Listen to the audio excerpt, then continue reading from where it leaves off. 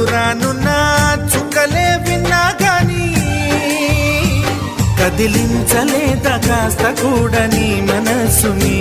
పరదాలు దాటి ఒక్కసారి పలకరించవేమి అందరినీ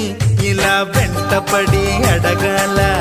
సరదాగా నువ్వే ఎదురైతే సరిపోదా నిద్రపోతున్న రాత్రి నడిగా గుడికి చేరిన గువ్వల నడిగా